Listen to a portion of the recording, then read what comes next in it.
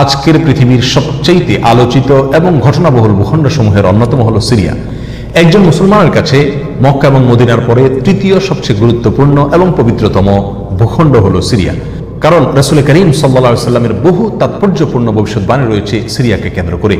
আজকের সিরিয়ার প্রাচীন এবং ঐতিহাসিক নাম ছিল শাম।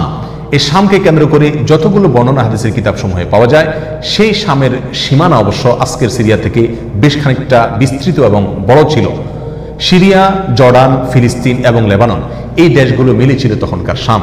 অবশ্য তখনকার শামের সবচেয়ে প্রধান এবং বড় অংশ যেহেতু আজকের সিরিয়ায়, সেই জন্য সিরিয়াকেই সাধারণত শাম বলা হয়। শাম বা সিরিয়ার প্রধান এবং অন্যতম বৈশিষ্ট্য হলো যুগে যুগে আল্লাহ সুবহানাহু ওয়া তাআলার পক্ষ থেকে বিভিন্ন নবী রাসূল যে সারা পৃথিবীতে এসেছেন, তাদের সবচেয়ে বড় অংশ এবং সবচেয়ে বেশি সংখ্যক নবী রাসূল এসেছেন এই শাম বা সিরিয়া। শাম বা সিরিয়া এটাই কিয়ামতের ময়দান হবে। কিয়ামতের দিন লোকেরা এখানেই সমবেত হতে থাকবে। এর বাইরেও শাম বা সিরিয়া প্রসঙ্গে রাসূল করিম সাল্লাল্লাহু আলাইহি সাল্লামের আরো অনেক গুরুত্বপূর্ণ মন্তব্য এবং বক্তব্য রয়েছে। সামান্য কয়েকটি বক্তব্য আজ আপনাদের সম্মুখে আমরা পেশ করতে চাই। তার মধ্যে এক নম্বর হলো সহিহ বুখারীতে বর্ণিত হয়েছে, নবী আলাইহিস সালাম বলেছেন, লা তাযালু তায়ফাতুম মিন উম্মতি মানসুরিন লা ইয়াদুররুহুম মান খাযালাহুম হাত্তা তাকুমাস সাআহ।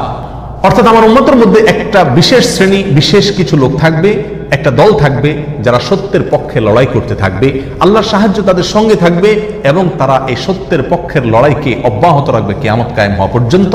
তাদেরকে যারা পর্যদস্ত করতে চায়, অপমান করতে চায়, ক্ষতি করতে চায়, তাদের কেউই তাদের কোনো ক্ষতি করতে পারবে না। এই হাদিসে নবী আলাইহিস সালাম যে দলটির কথা বলেছেন, যারা সাহায্য প্রাপ্ত হবেন আল্লাহর পক্ষ থেকে এবং যারা অটল অবিচল থাকবেন সত্যের উপরে কিয়ামত পর্যন্ত, যাদেরকে কেউ অপদস্থ করতে পারবে না, সেই দলটি কারা এবং তাদের অবস্থান কোথায় হবে, এই প্রসঙ্গে সহিহ বুখারীতে নবী আলাইহিস সালামের একাধিক সাহাবায়ে কেরামের মন্তব্য রয়েছে, যারা বলেছেন যে এখানে যে দলটির কথা বলা হয়েছে তারা হলেন সিরিয়ায় অবস্থানকারী হবেন এবং এটা হবে কিয়ামতের ঠিক আগ মুহূর্তে।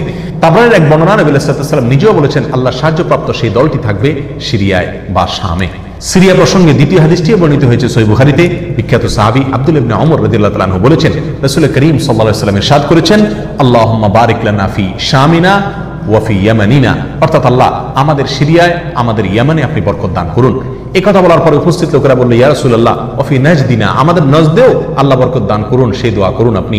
নবী আলাইহিস সালাম তাদের কথায় কর্ণপাত না করে আবারও বললেন, আল্লাহুম্মা বারিক লানা ফি শামিনা ওয়া ফি ইয়ামানিনা। লোকেরা আবারও বললেন, ওয়া ফি নাজদিনা, আমাদের নজদেও। নবী আলাইহিস সালাম তখনও একই কথার পুনরাবৃত্তি করলেন এবং পরিশেষে বললেন, নাজদ সেই জায়গায় তো ফিতনা ফাসাদ হবে, সেখানে তো হত্যা, মারামারি, খুনাখুনি হবে, সেখানে তো ভূমিকম্প দেখা দিবে এবং সেখান থেকে তো শয়তানের শিং উত্থিত হবে, সেখান থেকে তো শয়তানের শিংয়ের আবির্ভাব ঘটবে, বের হবে। এখানে নাজদ বলতে কোন এলাকাকে বোঝানো হয়েছে, এই প্রসঙ্গে মুহাদ্দিসিন ইকরামের বেশিরভাগের মন্তব্য হলো নাজদ বলতে ইরাককে বোঝানো হয়েছে।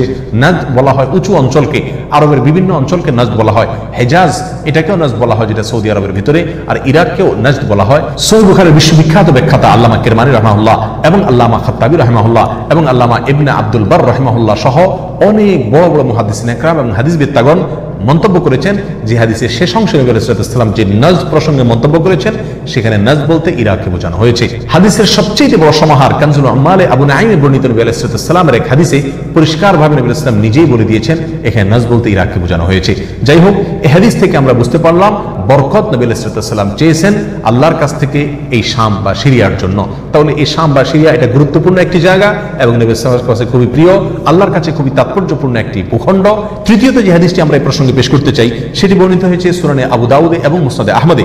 নবী আলাইহিস সালাম থেকে বর্ণনা করেছেন আব্দুল্লাহ ইবনে হাওয়ালা রাদিয়াল্লাহু তাআলা আনহু, তিনি বলেন যে রাসূল করিম সাল্লাল্লাহু আলাইহি ওয়াসাল্লাম আমাকে বলেছেন, দেখো যখন তুমি দেখবে যে খেলাফত পবিত্র ভূমিতে অবতরণ করেছে, নেমেছে, এসেছে, প্রতিষ্ঠিত হয়েছে, তখন তুমি ধরে নিবে যে কিয়ামত খুবই সন্নিকটে এসে গেছে।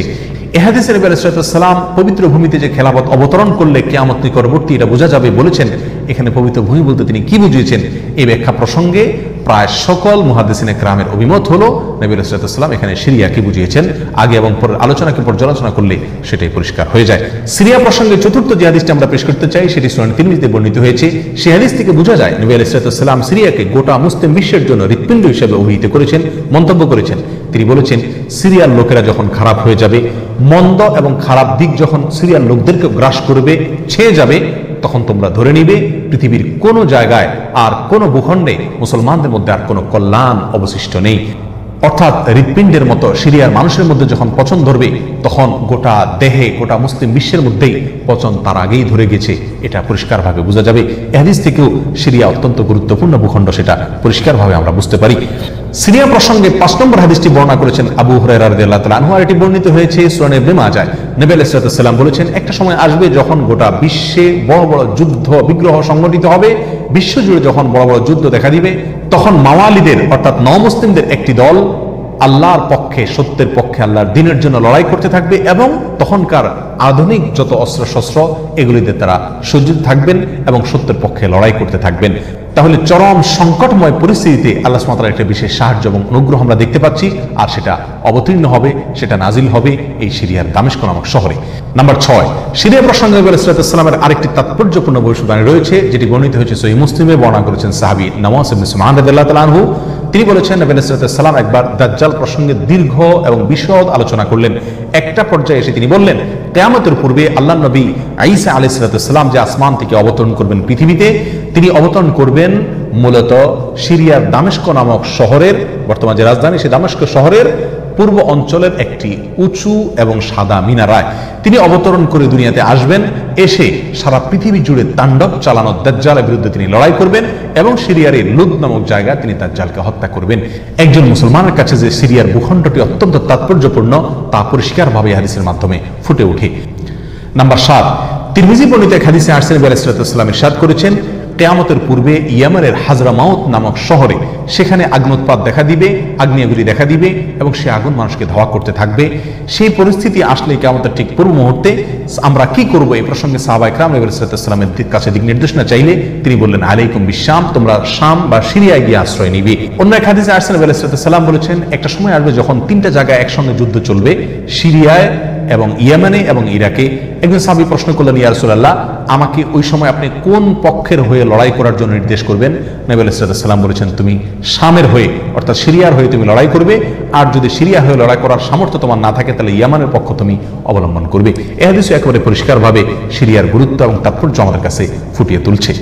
নাম্বার 8, মুসনাদ আহমদ সহ বহু হাদিসের কিতাবে বর্ণিত হয়েছে, কিয়ামতের পূর্বে যে আগ্নেয়গিরি দেখা যাবে, যে আগ্নোৎপাত দেখা দিবে, সে আগুন মানুষকে ধাওয়া করতে থাকবে এবং সারা পৃথিবীর মানুষকে ধাওয়া করতে করতে করতে একটা জায়গায় একত্রিত করবে, আর সেটি হলো সিরিয়া।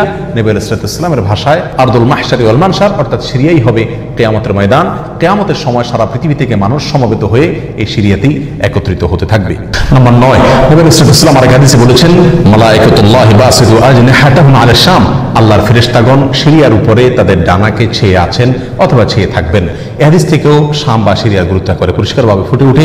নাম্বার 10, এক হাদিসে আসছে নবী আলাইহিস সালাম তার এক স্বপ্নের বিবরণ দিতে গিয়ে বলছেন যে, আমি একবার শুয়েছিলাম, দেখলাম আমার মাথার নিচ থেকে আল্লাহর কিতাবকে ছিনিয়ে নিয়ে যাওয়া হলো এবং সেটাকে যখন নিয়ে যাওয়া হচ্ছে আমি তাকিয়ে থাকলাম কোথায় নিয়ে যাওয়া হচ্ছে। দেখলাম যে একটা আলোক রশ্মি চলে যাচ্ছে এবং যেতে যেতে সিরিয়ার ভূমি পর্যন্ত সেটা চলে গেল এবং সেখানে গিয়ে অবতরণ করলো। এরপর নবী আলাইহিস সালাম বললেন, আলা ইন্নাল ঈমানা ইযা ওয়াকাআতিল ফিতানু বিশাম, অর্থাৎ যখন সারা পৃথিবীতে ফিতনা ফাসাদ ছেয়ে যাবে তখন ঈমানের ঠিকানা হবে সিরিয়ায়, আর ঈমানদারদের আশ্রয়স্থল হবে, শেষ ভরসা হবে সিরিয়া। সম্মানিত ভাই বন্ধুগণ, এই হাদিসগুলো থেকে পরিষ্কারভাবে ফুটে উঠলো যে মক্কা মদিনার চাইতেও ঘটনা বহুল হবে কিয়ামতের পূর্ব মুহূর্তে শাম বা সিরিয়া নামক ভূখণ্ড। আর সেই শাম এবং সিরিয়াতে আজকে জুলুমের স্টিম রোলার চলছে। সারা পৃথিবীর সবচাইতে বড় কসাইখানায় পরিণত হয়েছে শাম বা সিরিয়া। এখানকার নিরীহ নারী, পুরুষ, শিশু, সাধারণ মানুষ আজ তাদের রক্ত সম্পূর্ণ হালাল মনে করা হচ্ছে। ত্রিমুখী বা চতুর্মুখী লড়াইয়ে আজ সেখানকার মানুষ বলির পাঁঠা হয়ে গেছে। সারা পৃথিবীর সবচেয়ে বড় কসাইখানায় পরিণত হয়েছে। সেখানকার নারী, পুরুষ, সাধারণ মানুষ সকলের আর্তনাদে আকাশ বাতাস ভারী হয়ে উঠছে। জালেম অত্যাচারীদের জুলুমে সেখানে রক্তের গঙ্গা, রক্তের বন্যা আজকে বয়ে চলেছে। আল্লাহ সুবহানাহু ওয়া তাআলা আমাদেরকে ক্ষমা করুন। আমাদের অক্ষমতা, আমাদের অপারগতা, আমাদের অলসতা, আমাদের উদাসীনতা, আমাদের দায়িত্বহীনতা এর জন্য না জানো আল্লাহর গজব আমাদের উপরে, আল্লাহর আযাব না যেন আমাদের উপরে নাজিল হয়। আজ সারা বিশ্ব বিবেক নীরব হয়ে আছে, মুসলিম বিশ্ব পর্যন্ত নীরব দর্শকের ভূমিকা পালন করছে।